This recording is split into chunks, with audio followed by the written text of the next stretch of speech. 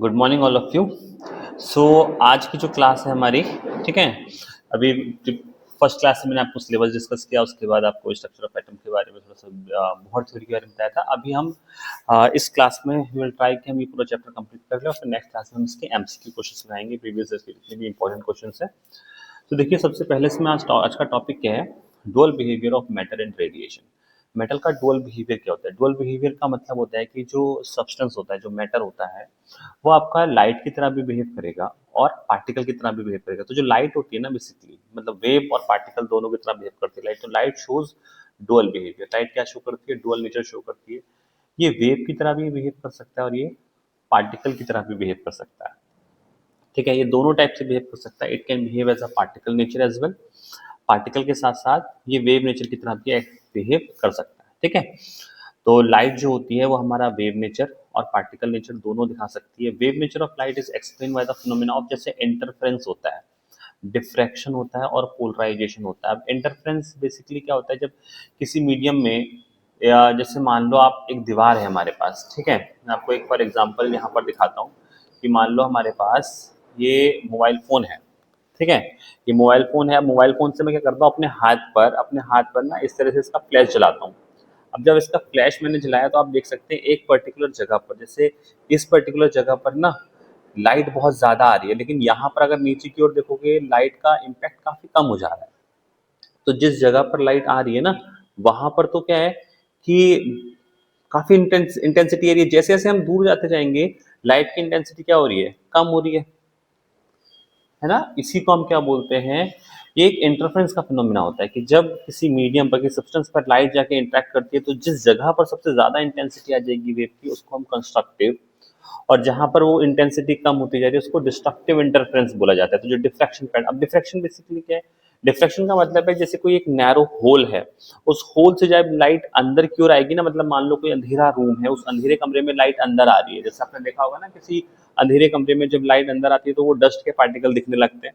Basically वो Tyndall effect होता है। लेकिन मैं क्या बताना चाह रहा हूँ कि जैसे ही वो, जैसे मान लो ये एक होल है छोटा सा, इस होल से लाइट अंदर आ रही है, डार्क रूम में आ रही है, तो लाइट क्या होती है ना, बेंड हो जाती है थोड़ी सी। बेंड मतलब उसके कॉर्नर पर वो थोड़ी सी बेंड हो जाती है, मतलब स्प्रेड हो जाती है, यू कैन से।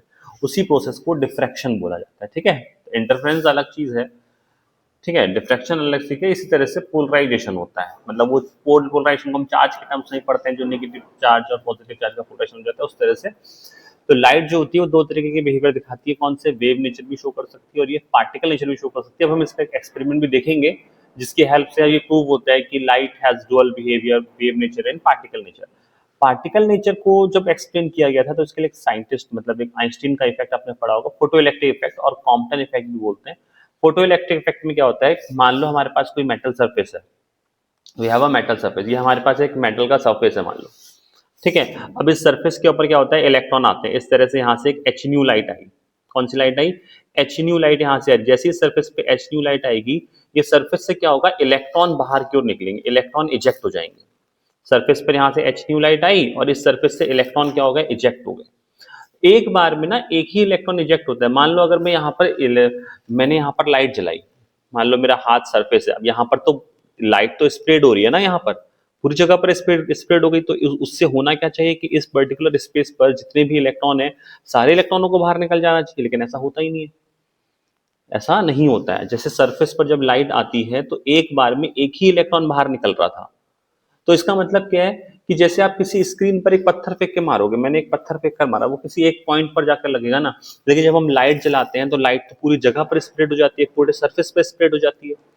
तो इससे ये कंक्लूजन निकला फोटो इलेक्ट्रिक इफेक्ट से कि जब किसी सरफेस पर लाइट जाती है तो वहां से एक बार में एक इलेक्ट्रॉन बाहर निकल जाता है। तो लाइट का ये वेव नेचर तो नहीं हो सकता, ये तो लाइट का पार्टिकल नेचर है। ठीक हो गया, इसी इफेक्ट को फोटो इलेक्ट्रिक इफेक्ट बोलते हैं। और यहाँ पर हम कॉम्पटन इफेक्ट जो है, अभी सिलेबस का पार्ट, यहाँ पर हम स्प्रेड हो जाता है वो, ठीक हो गया, मतलब फैल जाता है फोटोन जो होता है, उसको बारे में फिर स्टडी नहीं करेंगे। फोटो इलेक्ट्रिक इफेक्ट हमारे लिए इंपॉर्टेंट है। अब जो हमने कहा कि एनर्जी सरफेस पर आती है, इसको हम एच न्यू की टर्म्स में दिखाते हैं। E is equal to h nu होता है, प्लांक की क्वांटम थ्योरी है ये। न्यू यहाँ पर फ्रिक्वेंसी होती है, तो फॉर्मूला बन जाता है S C by lambda. H यहाँ पर प्लांक कांस्टेंट है, इसकी वैल्यू आप याद रखेंगे 6.626 इंटू 10⁻34 होती है। ठीक है, ये न्यू यहाँ पर फ्रिक्वेंसी और लैम्डा क्या है यहाँ पर वेवलेंथ है। अब आता है देखो de Broglie equation. De Broglie equation basically इसलिए इंपॉर्टेंट हो जाती है क्योंकि डी ब्रॉगली एक ने एक हाइपोथेसिस दिया कि जो भी मूविंग पार्टिकल होता है, मूविंग मतलब कोई भी पार्टिकल अगर चल रहा है, मतलब बेसिकली उन्होंने इस थ्योरी को माइक्रोस्कोपिक और मैक्रोस्कोपिक दोनों टाइप के पार्टिकल के लिए दिया था, लेकिन एक्चुअल में ये थ्योरी जो है ना सिर्फ माइक्रोस्कोपिक पर एप्लीकेबल होती है, मैक्रोस्कोपिक पार्टिकल पे ये थ्योरी लगती नहीं है। तो उनके अकॉर्डिंग क्या था कि डी ब्रॉगली ने ये हाइपोथेसिस दिया कि कोई भी अगर मूविंग पार्टिकल है वो वेव नेचर शो करता है। The wave associated with the moving particle is called, और जो उस पार्टिकल के साथ वेव एसोसिएटेड होगी उसे डी ब्रॉगली वेवलेंथ कहते हैं। इसके अकॉर्डिंग उन्होंने एक फॉर्मूला दिया which is lambda equal to h upon mv। बहुत इंपॉर्टेंट फॉर्मूला है lambda equal to h upon mv।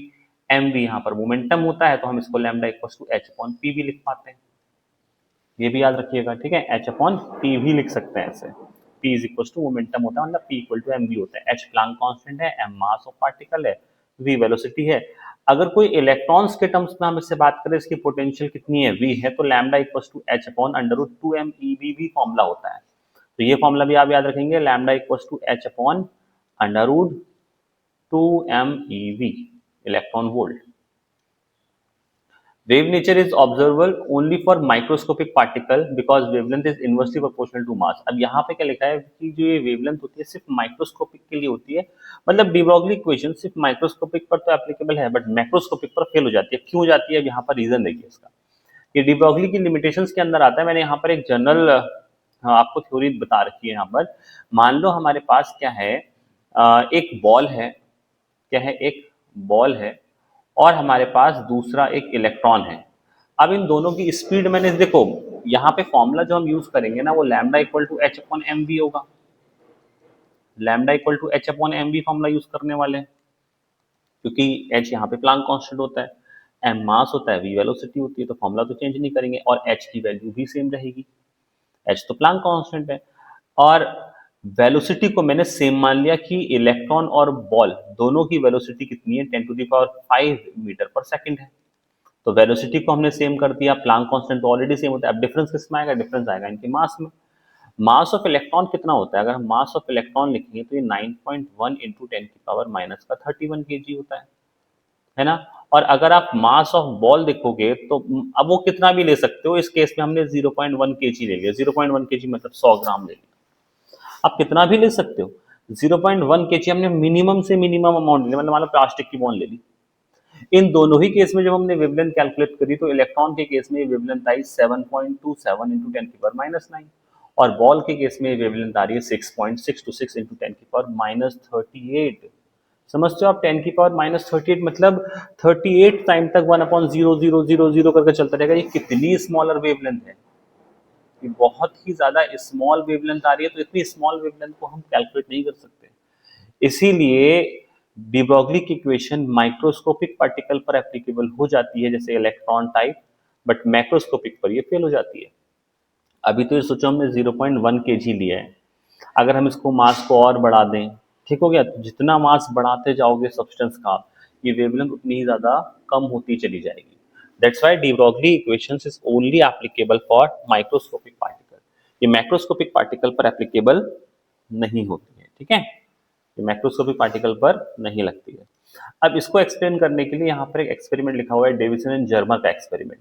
Deviation Germer experiment ने क्या किया, उन्होंने एक बल्ब लिया, बल्ब से एक इलेक्ट्रॉन बीम निकल रही है, यहाँ पे इलेक्ट्रिक फील्ड लगाया, ठीक हो गया, एक स्लिट से जहाँ से बीम निकल रही है, यहाँ पे निकल का एक क्रिस्टल रखा और जब ये बीम इसमें से पास आउट होकर जाती है तो यहाँ पे ना एक डिफ्रैक्शन रिंग बनती है। और साथ में जैसे अभी हमने ये पढ़ लिया था कि जो फोटो इलेक्ट्रिक इफेक्ट था उसने ऑलरेडी प्रूव कर दिया था पार्टिकल नेचर, तो यहाँ से लाइट का, इलेक्ट्रॉन्स का वेव नेचर भी प्रूव होता है, तो ये वेव नेचर भी दिखाती है क्योंकि लाइट में स्प्रेड हो जाती है। तो इस तरह से हमने यहाँ पे कंक्लूड किया कि लाइट का डुअल बिहेवियर होता है, पार्टिकल नेचर भी होता है और वेव नेचर भी होता है। Now next is Heisenberg uncertainty principle. अब हाइजेनबर्ग प्रिंसिपल के अकॉर्डिंग क्या होता है, it is impossible to determine simultaneously and exactly the position and momentum of a moving particle या पार्टिकल। अगर कोई पार्टिकल मूव कर रहा है ना तो उसका आप एक साथ, साइमल्टेनियसली मतलब एक साथ, आप एक साथ उसकी पोजीशन को और मोमेंटम को डिफाइन नहीं कर सकते, एक्यूरेटली डिफाइन नहीं कर सकते।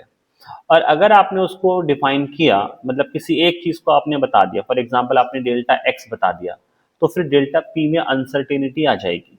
मतलब वो एक्यूरेट नहीं आएगा, क्योंकि वो पार्टिकल मूव कर रहा है ना, अभी वो यहाँ पर था, अगले सेकंड यहाँ आ जाएगा, उसके अगले सेकंड वहां चला जाएगा। तो हर सेकंड वो मूविंग पार्टिकल है, तो उसकी वेलोसिटी और मोमेंटम क्या हो रहा है, चेंज हो रहा है।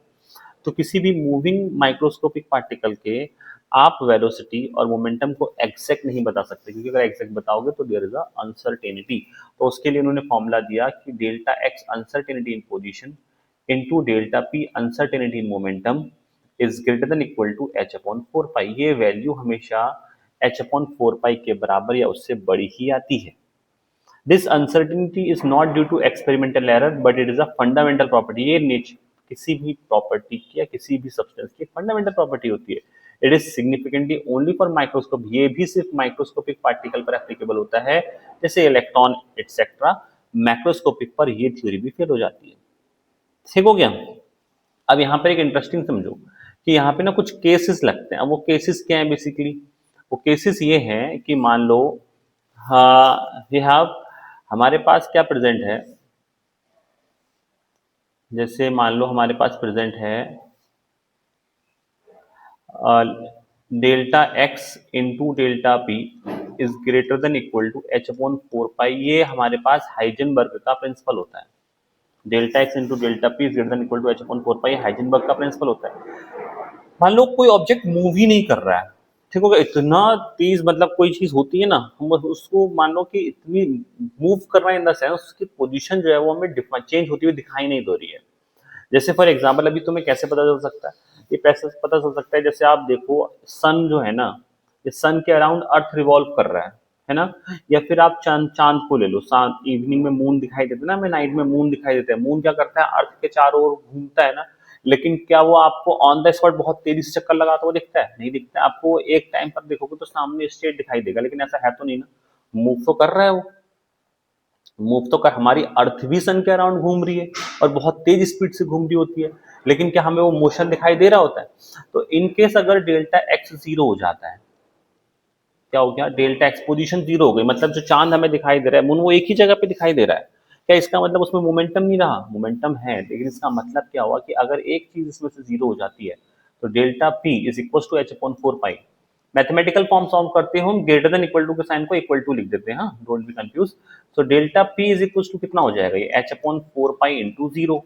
और किसी भी चीज के अपॉन में जीरो क्या होता है, इन्फिनिटी होता है।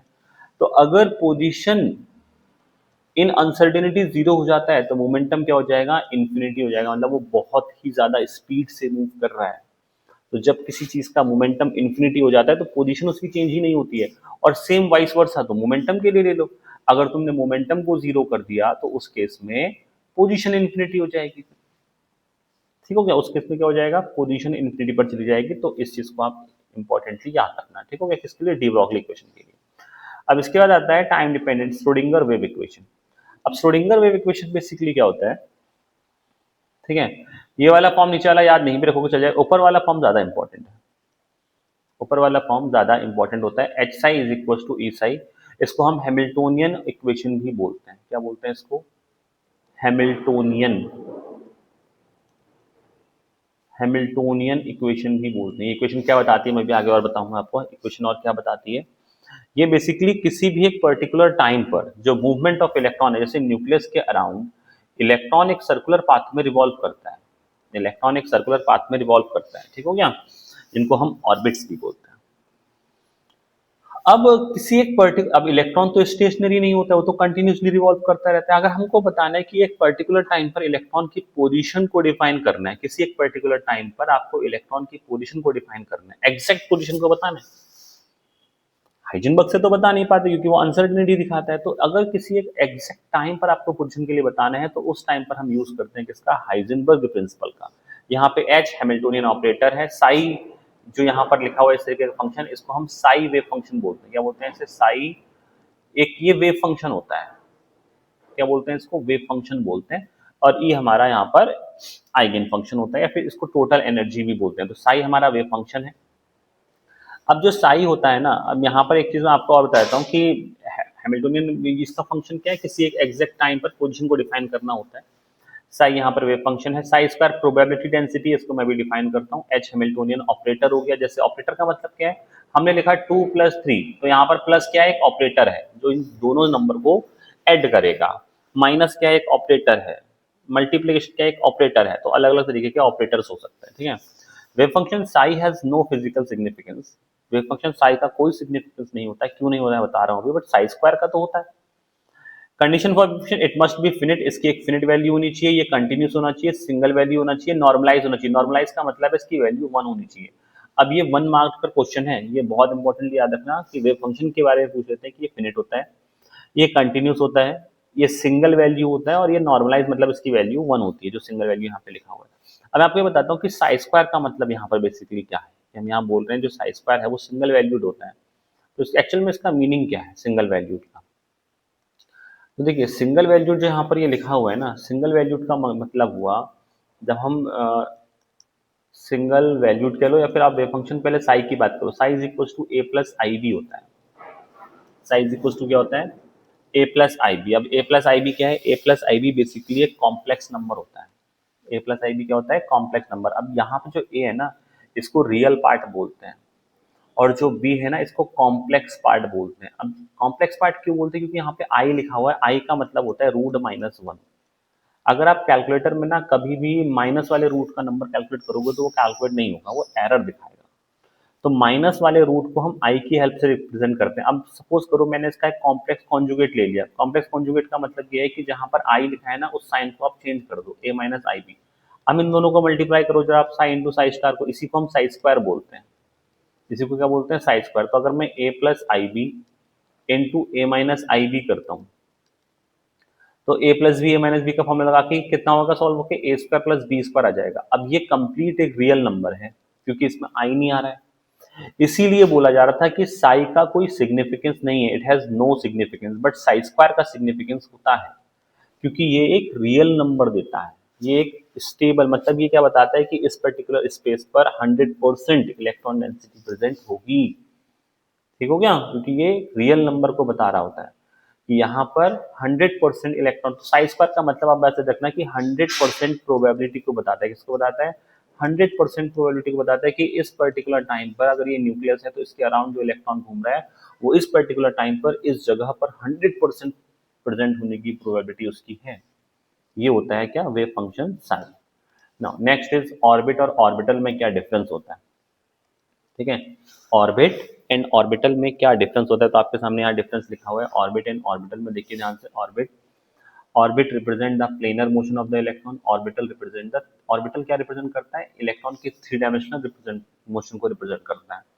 ये सर्कुलर शेप में हो सकते हैं, ये डिफरेंट शेप में हो सकते हैं। डिफरेंट शेप का मतलब क्या है, जैसे एस ऑर्बिटल होता है, पी ऑर्बिटल होता है। एस देखो कैसा होता है, एस स्फेरिकल होता है। पी कैसा होता है, डम्बल लाइक शेप का होता है ना। तो अलग अलग शेप के ऑर्बिटल हो सकते हैं। ये वेल डिफाइंड पाथ होते हैं जिनमें इलेक्ट्रॉन रिवॉल्व करता है, ये एक रीजन होता है। ऑर्बिटल क्या है, एक पर्टिकुलर रीजन है जहां पर इलेक्ट्रॉन को फाइंड करने की प्रोबेबिलिटी मैक्सिमम होती है। The orbits theory does not satisfy the Heisenberg principle, but orbital concept जो होता है वो हाइजेनबर्ग प्रिंसिपल को सेटिस्फाइड करता है, जो हमने अभी पढ़ा कि किसी भी मूविंग इलेक्ट्रॉन के लिए आप एग्जैक्ट पोजीशन मोमेंटम को नहीं बता सकते। कैन अकोमोडेट 2n इलेक्ट्रॉन, इसमें मैक्सिमम कितने इलेक्ट्रॉन आ सकते हैं, 2 इलेक्ट्रॉन, 2n इलेक्ट्रॉन आ सकते हैं। मतलब अगर आप 2 पे n की वैल्यू 1 पुट कर दो तो 2 इलेक्ट्रॉन s ऑर्बिटल के लिए आएंगे, फिर n की वैल्यू 2 पुट कर दो, इस तरह से। मतलब एक ऑर्बिट में, जैसे अगर मेरे पास ये एक ऑर्बिट होता है ना, अगर मैंने इस तरह से बना ली तो 2 ऑर्बिट हो जाएंगे, ये 3 ऑर्बिट हो जाएंगे। तो एक ऑर्बिट में बोल रहा है 2 इलेक्ट्रॉन आ सकते हैं, 2 ऑर्बिट में 4 इलेक्ट्रॉन आ जाएंगे, यहाँ पर 6 इलेक्ट्रॉन आ जाएंगे, इस तरीके की बात बोल रहा है। ठीक है, only 2 electron can present in an orbit. ये 2n स्क्वायर लिखा हुआ है, सॉरी आई मीन टू से, ये जो मैंने आपको बताया ये 2n स्क्वायर फॉर्मूले के लिए था। ठीक है, just wait a moment, 2n square formula लिखा हुआ है। ठीक है, 2n स्क्वायर कल आपको बताया था, कल की जो क्लास अगर आपने देखी, 2n स्क्वायर मतलब जो के एलिमेंट शेल्स होती हैं, कौन सी शेल होती है, के एलिमेंट शेल्स होती हैं, जिसमें अगर आप n का वैल्यू 1 रखोगे तो के शेल होगा, और के शेल में मैक्सिमम कितने इलेक्ट्रॉन आ सकते हैं, 2 आ सकते हैं।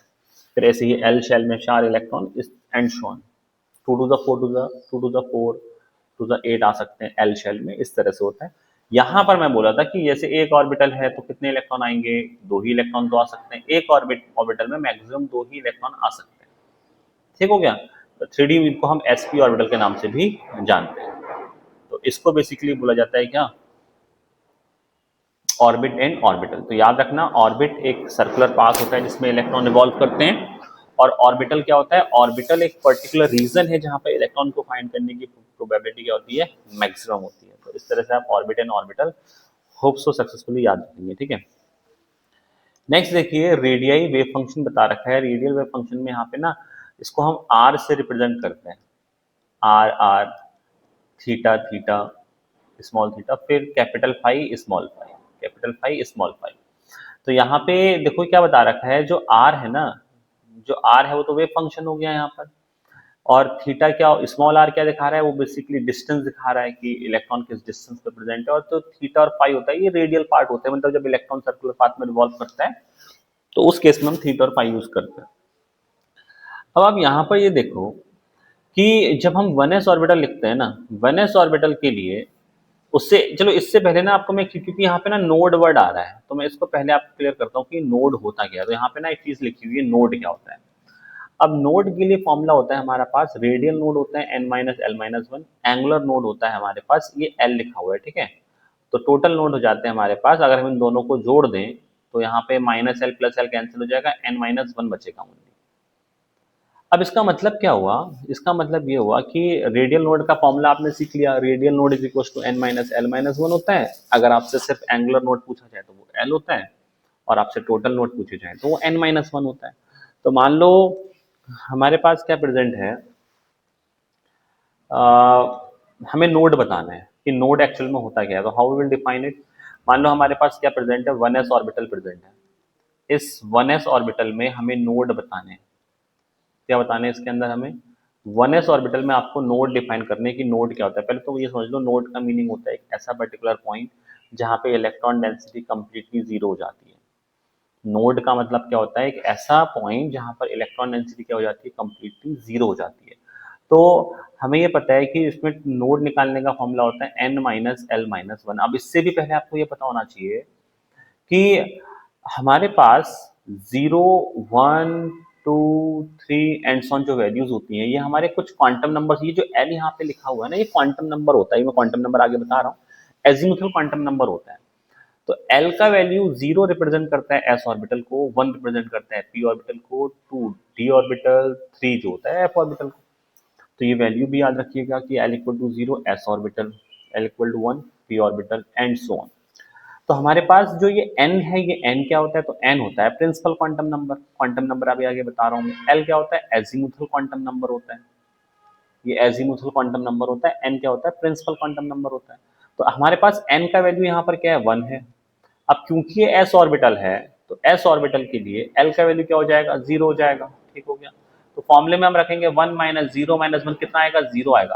तो ये रिप्रेजेंट कर रहा है कि 1s ऑर्बिटल पूरा स्फेरिकल होता है, इसमें हर एक जगह पर इलेक्ट्रॉन डेंसिटी प्रेजेंट होती है, मतलब कोई भी ऐसी जगह नहीं है जहां पर इलेक्ट्रॉन डेंसिटी प्रेजेंट नहीं होगी। तो अब आपको मैं एक नोड वाला एग्जांपल ही बताता हूँ कि जहां पर क्या प्रेजेंट होगा, नोड भी प्रेजेंट होगा। अब नोड प्रेजेंट होने का मतलब क्या है, वी हैव 2p ऑर्बिटल, हमने 2p ऑर्बिटल ले लिया। 2p ऑर्बिटल में n का वैल्यू तो 2 हो गया, अब l का वैल्यू कितना होगा, 1 हो जाएगा ना, क्योंकि 0 का मतलब s होता है, 1 का मतलब p होता है। अब आप इसके नोड निकाल के देखो, रेडियल नोड जो हम निकाल रहे हैं, जनरली एग्जाम में रेडियल नोड पूछे जाते हैं, ठीक है। एंगुलर नोड पूछेगा तो सिर्फ l की वैल्यू बता दो। तो n-l-1 फॉर्मूला होता है, n की जगह पे 2 रख दो, l की जगह पे 1 -1। तो यहाँ पर अगर मैं इसको कैलकुलेट करूं, n-1 से इसको हम इसमें हम टोटल नोड निकालते हैं, ठीक है। क्या निकालते हैं इसमें, टोटल नोड निकालते हैं, क्योंकि एंगुलर नोड, रेडियल नोड निकालेंगे तो इसका 0 आएगा। देखो रेडियल नोड क्या आ रहा है, इसका 0 आ गया ना। अब मैं इसमें अगर रेडियल नोड इसका 0 आ गया, अगर मैं इसका एंगुलर नोड भी निकाल लूं, अब एस ऑर्बिटल में क्या होता है कि दोनों ही 0 आता है। क्यों, क्योंकि उसमें एंगुलर नोड का फॉर्मूला क्या होता है, एंगुलर नोड का फॉर्मूला l होता है ना। तो एस ऑर्बिटल के लिए तो l 0 ही होता है, तो उसमें तो ये भी 0 ही आएगा। तो टोटल नोड निकाल के देखो, हर बार आप कोशिश करना रेडियल नोड एंगुलर नोड की जगह टोटल नोड ही निकालना। एंगुलर नोड l होता है, l की वैल्यू 1 है, तो कितना आ गया, 1 आ गया। अब अगर मैं टोटल नोड निकालूं इसके, तो n-1 फॉर्मूला होता है ना, n की वैल्यू क्या है यहाँ पर, 2 है। तो 2 - 1 = 1, और अगर आप इन दोनों को जोड़ दोगे 0 और 1 तो भी 1 ही आएगा। तो इसका मतलब ये हुआ कि 2p ऑर्बिटल के अंदर एक नोड तो प्रेजेंट है, 2p ऑर्बिटल के अंदर एक नोड प्रेजेंट है। अब इस नोड को आप दिखाओगे कैसे, क्या होता है एक्चुअल में नोड। तो नोड का मतलब ये होता है, जैसे आपको अगर नोड रिप्रेजेंट करना है, तो नोड का मतलब हुआ जैसे अगर 2p ऑर्बिटल है, 2p ऑर्बिटल में मुझे नोड दिखाना है तो आप 2p ऑर्बिटल को ड्रॉ करो, ये हो गया ना 2p ऑर्बिटल। ये जो यहाँ पर पॉइंट बनाया है ना, इसी को नोड बोला जाता है। 2p ऑर्बिटल अगर आपने देखा होगा इस तरह से बनाते हैं ना p ऑर्बिटल, जो डंबल लाइक शेप होता है। तो नोड का मतलब होता है एक ऐसा पॉइंट जहां पर इलेक्ट्रॉन डेंसिटी पूरी जीरो हो जाती है। नोड का मतलब क्या होता है, इलेक्ट्रॉन डेंसिटी। अब अगर आपसे पूछ लिया जाए बताओ भैया 3d ऑर्बिटल है, इसमें टोटल नोड बता दो, तो आप सीधा फॉर्मूला लगाओ n-1, 3 - 1 इक्वल टू कितना आएगा 2। तो और भी सिंपल हो गया, नोड बताने के लिए सीधा n-1 फॉर्मूला यूज कर लो, क्योंकि उसकी हेल्प से हम टोटल नोड एक ही बार में बता देंगे। Now next is quantum numbers. अब देखो क्वांटम नंबर जो होते हैं ना, वो सिर्फ बेसिकली 4 टाइप के क्वांटम नंबर्स होते हैं। क्वांटम नंबर हमें किसी भी मॉलिक्यूल की कंप्लीट इंफॉर्मेशन देते हैं, लाइक उसके एनर्जी, उसके शेप, उसकी मैग्नेटिक प्रॉपर्टी, उसके ओरिएंटेशन के बारे में बताते हैं पूरा। तो प्रिंसिपल क्वांटम नंबर पहला क्वांटम नंबर होता है। ये क्या बताता है, डिटरमाइन करता है साइज को और एनर्जी को, इसको हम एन की हेल्प से दिखाते हैं। दूसरा होता है एजीमुथल क्वांटम नंबर, ये शेप को डिटरमाइन करता है। अब ये भी याद रखना, पहला क्वांटम नंबर है प्रिंसिपल क्वांटम नंबर एन, दूसरा क्वांटम नंबर है एल, और इसकी वैल्यू होती है 0 to n-1। 0 to n-1 मतलब अगर किसी जगह पर n का वैल्यू 2 है तो आप 0 to 2-1 कर दोगे, वो L की पॉसिबल वैल्यूज हो जाएंगी। तो L जो होता है एजीमुथल क्वांटम नंबर किस पे डिपेंड करता है, प्रिंसिपल क्वांटम नंबर पे डिपेंड करता है। थर्ड जो क्वांटम नंबर है वो है मैग्नेटिक क्वांटम नंबर, ये ओरिएंटेशन को बताता है। वैल्यू होती है इसकी -L2 + L। अगर L की वैल्यू कहीं पर 2 आ गई तो M की वैल्यू हो जाएगी -2 से +2। स्पिन क्वांटम नंबर ये बेसिकली स्पिन को डिटरमाइन करता है, या तो इलेक्ट्रॉन क्लॉकवाइज रिवॉल्व करेगा तो +½ एंटी क्लॉक रिवॉल्व करेगा तो -½ स्पिन क्वांटम नंबर में तो सिर्फ 2 ही वैल्यू होती है, +½ और -½ तो ये इंपॉर्टेंट फॉर्मूले याद रखिएगा, n L = 0 to n-1 और m = -L2 + L। ये सब कुछ पढ़ाने के बाद मैं आपको जो नेक्स्ट क्लास होगी में हम एमसीक्यू क्वेश्चन भी इनके डिस्कस करेंगे डिटेल में, ठीक है। अब इसके बाद ना रूल्स स्टार्ट होते हैं। देखो rules of filling for electron, के इलेक्ट्रॉन्स को अगर आपको पर्टिकुलर ऑर्बिटल्स होते हैं ना, s q d f अलग अलग ऑर्बिटल्स होते हैं, उन ऑर्बिटल्स में आपको इलेक्ट्रॉनों को फिल करना है तो कैसे फिल करोगे। तो किसी भी पर्टिकुलर ऑर्बिटल्स में इलेक्ट्रॉनों को फिल करने के लिए जो देखो पहला रूल है वो है Aufbau principal. The Aufbau principal मतलब होता है building up is used to determine the electronic configuration of the atom। इसके अकॉर्डिंग देखो सबसे पहले 1s ऑर्बिटल बना हुआ है, मैं इस तरह से जो बना रखा है ना, एरो बना रखा है कि सबसे पहले 1s ऑर्बिटल में इलेक्ट्रॉन जाएगा, उसके बाद आप यहाँ से आओगे रोटेट होते हुए इस तरह से आओगे तो फिर 2s ऑर्बिटल में इलेक्ट्रॉन जाएगा, 2s के बाद यहाँ से ऊपर की ओर चला जाना है तुम्हें, ठीक है। 2s के बाद पहले 1s में इलेक्ट्रॉन आएगा, 1s के बाद सबसे पहले 1s में इलेक्ट्रॉन आएगा, 1s के बाद ये यहाँ पे ना एनर्जी सबसे कम 1s की होती है, उसके बाद 2s ऑर्बिटल में आएगा, उसके बाद 2p ऑर्बिटल में आएगा, फिर 2p के बाद 3s में आएगा, फिर 3s के बाद 3p में जाएगा। इस तरह से आप आगे की ओर बढ़ते चले जाओगे, ठीक है। तो इलेक्ट्रॉन जो होते हैं उनको सबसे पहले हम लोअर एनर्जी लेवल में फिल करते हैं, इसी को क्या बोलते हैं, अफबाउ प्रिंसिपल बोलते हैं, ठीक है। नेक्स्ट होता है पाउली का एक्सक्लूजन प्रिंसिपल।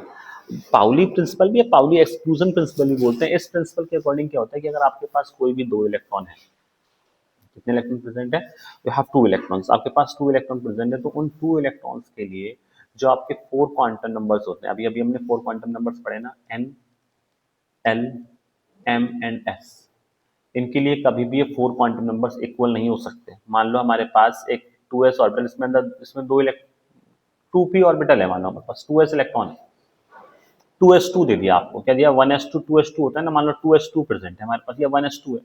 अब यहाँ पर आप n का वैल्यू लिखो, n का वैल्यू क्या आएगा, 2 आएगा ना, चलो ठीक है, n का वैल्यू 2 आ गया। अब आप l का वैल्यू लिखो, l क्या होता है, 0 to n-1 होता है। अगर मैं इसको n-1 से लिखूं, अगर आपको सिर्फ एक वैल्यू l की बतानी होती है तो सिर्फ आप n-1 फॉर्मूला लगाओ, तो 2 - 1 कितना हो गया, 1 आ गया। m का वैल्यू लिखोगे तो -L2 + L होता है, -L2 + L, तो यहाँ पर क्या हो जाएगा, -1, 0, +1, बीच के जो नंबर होंगे सब लिखोगे। और s का वैल्यू क्या हो सकता है, या तो +½ या फिर -½ तो यहाँ पर देखो ये 1 इसमें भी आ रहा है, 1 इसमें भी आ रहा है, चलो 1 1 तो मैच कर गया, लेकिन क्या सारे नंबर मैच कर रहे हैं एक दूसरे से, यहाँ पर 2 आ रहा है, यहाँ पर 1, यहाँ पर भी चलो 1 हमें मिल सकता है, -1 भी अलॉन्ग विद यहाँ पे +½ -½ तो 2 इलेक्ट्रॉनों के लिए कभी भी 4 क्वांटम नंबर इक्वल नहीं हो सकते, मैक्सिमम 3 हो सकते हैं, बट कभी भी चारों क्वांटम नंबर इक्वल आ ही नहीं सकते, क्योंकि s तो फिर भी अलग हो जाएगा, वो +½ और -½ ही होता है। ये होता है पाउली का प्रिंसिपल। इसके बाद जो नेक्स्ट प्रिंसिपल है हमारे पास वो है हुंड्स रूल। अब हुंड्स रूल देखो बेसिकली क्या होता है, अभी मैंने आपको बताया कि यहाँ पर इलेक्ट्रॉन्स सबसे पहले किस तरह से यहाँ पर एनर्जी ऑर्डर को बताते हैं। अबाउ प्रिंसिपल जो है वो सिंपली क्या बताते हैं, एनर्जी ऑर्डर को बताता है। अब हुंड्स रूल क्या बताता है कि जब आप इलेक्ट्रॉनों को फिल करना स्टार्ट करोगे ना, तो उनको पैरेलल स्पिन से फिल करोगे। अब पैरेलल स्पिन का मतलब क्या होता है, पैरेलल स्पिन का मतलब ये हुआ कि मान लो हमारे पास एक ऑर्बिटल प्रेजेंट है, ठीक है, हमारे पास let suppose 2p orbital present है, वी हैव 2p ऑर्बिटल। अब इसमें हमें ना 5 इलेक्ट्रॉन्स फिल करने हैं, या लेट सपोज हमें इसमें 3 इलेक्ट्रॉन्स फिल करने हैं। कितने इलेक्ट्रॉन फिल करने हैं, p3 we have to fill 3 electrons, हमें इसमें 3 इलेक्ट्रॉन फिल करने हैं। तो अगर आपको इसके अंदर 3 इलेक्ट्रॉन फिल करने हैं तो पहले हमने इसको किया 1 2 एंड 3, एक ये प्रोसीजर है। एक किसी ने क्या किया कि एक ऑर्बिटल में मैक्सिमम 2 इलेक्ट्रॉन आ सकते हैं, 2 इलेक्ट्रॉन यहाँ फिल कर दिए। अब आपने क्या किया, यहाँ पर 3 इलेक्ट्रॉन अलग अलग फिल किए, यहाँ पर पहले ही 2 कर दिए, तो ये गलत है। हुंड्स ये कहता है कि सबसे पहले अगर आपके पास स्पेस वैकेंट है तो इलेक्ट्रॉनों को 1 बाय 1 करके फिल करो, और अगर वो स्पेस फिल हो जाएगा, अगर हमें 4 इलेक्ट्रॉन भरने होते तो हम क्या करते, पहले 1 2 3 उसके बाद पेयरिंग स्टार्ट करते। तो अगर आपके पास हाफ पेयर ऑर्बिटल पहले ही कंप्लीटली फिल हो जाते हैं तो आप उसके बाद पेयरिंग स्टार्ट करोगे, उससे पहले पेयरिंग स्टार्ट नहीं होगी। इसी को क्या बोलते हैं, हुंड्स रूल बोलते हैं। अब इसमें एक चीज और लिखी हुई है, एन प्लस रूल को भी फॉलो करो आप। एन प्लस एल रूल का मतलब क्या है, वी हैव हमारे पास एक 4s ऑर्बिटल है, एक हमारे पास 3d ऑर्बिटल है। मतलब अब हमें ये तो पता चल रहा है कि प्रिंसिपल क्वांटम नंबर 3 जो होता है वो छोटा नंबर है, और 4 क्वांटम नंबर एक बड़ा क्वांटम नंबर है। तो अगर हम न्यूक्लियस के पास से जाना स्टार्ट करें तो पहले क्या आएगा, के शेल आएगी, फिर एल आएगी, फिर एम आएगी, मतलब एन का वैल्यू 1, फिर एन का वैल्यू 2, फिर एन का वैल्यू 3, फिर एन का वैल्यू 4। तो मतलब हम जैसे जैसे ऊपर की ओर जाते हैं एनर्जी लेवल बढ़ता है, तो 3 से ज्यादा एनर्जी होनी चाहिए 4 की। तो हम यहाँ पे एन प्लस एल रूल लगा के देखते हैं। यहाँ पे एल का वैल्यू कितना है, 0 है, क्योंकि ये एस ऑर्बिटल है। अभी मैंने बताया था ना 0 1 2 3, एल का वैल्यू अगर 0 है तो एस ऑर्बिटल, 1 है तो पी, 2 है तो डी, 3 है तो एफ ऑर्बिटल होता है। तो डी ऑर्बिटल के एल का वैल्यू कितना होता है, 2 होता है। अब यहाँ पे आप एन प्लस एल रूल लगाओ दोनों के केस में। यहाँ लगाओगे तो 0 प्लस 4 कितना आएगा, ये 4 ही आएगा। यहाँ लगाओगे तो एन का वैल्यू यहाँ पर 3 है, 3 प्लस 2 कितना आएगा, ये 5 आएगा। तो हमें इससे ये पता चला कि 3 क्वांटम नंबर जो है ना वो एनर्जी लेवल में कम होता है, लेकिन उसका जब 3d ऑर्बिटल का आप n प्लस एल निकाल लो तो ये ज्यादा आ रहा है, ज्यादा आ रहा है ना। तो इन दोनों में से अगर इलेक्ट्रॉन आपको पहले फिल करना है तो 3d में नहीं करोगे, जिसमें फिल करोगे 4s ऑर्बिटल में फिल करोगे। इसी को n प्लस एल रूल बोलते हैं, ठीक है। जिसका n प्लस एल सबसे कम आएगा उसमें इलेक्ट्रॉन सबसे पहले फिल हो जाएगा। अब ये हमारे जो पहला चैप्टर है एटॉमिक स्ट्रक्चर, उसका ये लास्ट टॉपिक है। तो आपका फर्स्ट चैप्टर का मैं यहाँ पर थ्योरी वाला पोर्शन पूरा हो जाएगा, ठीक हो गया। हम इसके फिर एमसीक्यू क्वेश्चंस करेंगे। एनर्जी एक्सचेंज क्या होता है, stability increase when electrons have parallel spin. अगर इलेक्ट्रॉन्स में पैरेलल स्पिन है, जो अभी मैंने यहाँ पर आपको बताया कि इलेक्ट्रॉन्स में क्या प्रेजेंट है, अगर पैरेलल स्पिन प्रेजेंट है तो उनकी स्टेबिलिटी बेसिकली बढ़ जाती है। Stability increases when electron have parallel spin more, जितने ज्यादा अनपेड इलेक्ट्रॉन होंगे गिव मोर एक्सचेंज एनर्जी, उतनी ही ज्यादा उनके अंदर एक्सचेंज एनर्जी भी प्रेजेंट होगी। एक्सचेंज एनर्जी का मतलब ये हुआ कि इलेक्ट्रॉन्स क्या कर सकते हैं ना, ये आपस में एक दूसरे को इंटरचेंज कर सकते हैं। मैं अगर इस इलेक्ट्रॉन को यहाँ पर रख दूं इस तरह से, तो क्या आपको पता चलेगा, नहीं पता चलेगा। एक्सचेंज कर सकते, जितनी ज्यादा वहां पर क्या प्रेजेंट होगी, मतलब इलेक्ट्रॉन जितने ज्यादा पैरेलल स्पिन भरे होंगे, सिंगल स्पिन भरे होंगे, उतना ज्यादा वो क्या कर सकते हैं, एक दूसरे से एक्सचेंज कर सकते हैं। Half filled and fully filled orbit subshells are most stable. अगर आपने कोई ऑर्बिटल बनाया है, या तो उसमें देखो फॉर एग्जांपल मैंने डी ऑर्बिटल बनाया, इसमें मैंने यहाँ पर 3 इलेक्ट्रॉन रख दिए, हाफ फील्ड है, लेकिन मैक्सिमम तो 6 इलेक्ट्रॉन आ सकते हैं ना इसमें। तो 1 2 3 4 5 एंड 6, तो ये दोनों ही केस में क्या होते हैं, हाईली स्टेबल होते हैं। तो अगर कोई ऑर्बिटल हाफ फील्ड हो जाए या फिर फुल फील्ड हो जाए तो वो हाईली स्टेबल हो जाता है। अब इसी कॉन्सेप्ट के बेसिस पर हमारे पास एक एनामलस इलेक्ट्रॉनिक कॉन्फ़िगरेशन होता है। एनामलस का मतलब है कि जैसा इलेक्ट्रॉनिक कॉन्फ़िगरेशन होना चाहिए उससे थोड़े से अलग हो जाते हैं दोनों। अब दोनों के अलग होने का मतलब क्या है, देखो, और दोनों ही इंपॉर्टेंट हैं क्योंकि आपने 10th 12th में ये देखा होगा, 12th 11th क्लास में। क्रोमियम का एटॉमिक नंबर अगर आप लिखोगे तो क्रोमियम का एटॉमिक नंबर 24 होता है। इलेक्ट्रॉनिक कॉन्फ़िगरेशन लिखेंगे तो 1s2 2s2 2p6 3s2 3p6, फिर इसके बाद ये आना चाहिए था 3d 4 4s2 होता है ये, 3d4 4s2 होता है। s ऑर्बिटल पहले ही फिल हो जाता है, बचे हुए इलेक्ट्रॉन फिर d में आते हैं।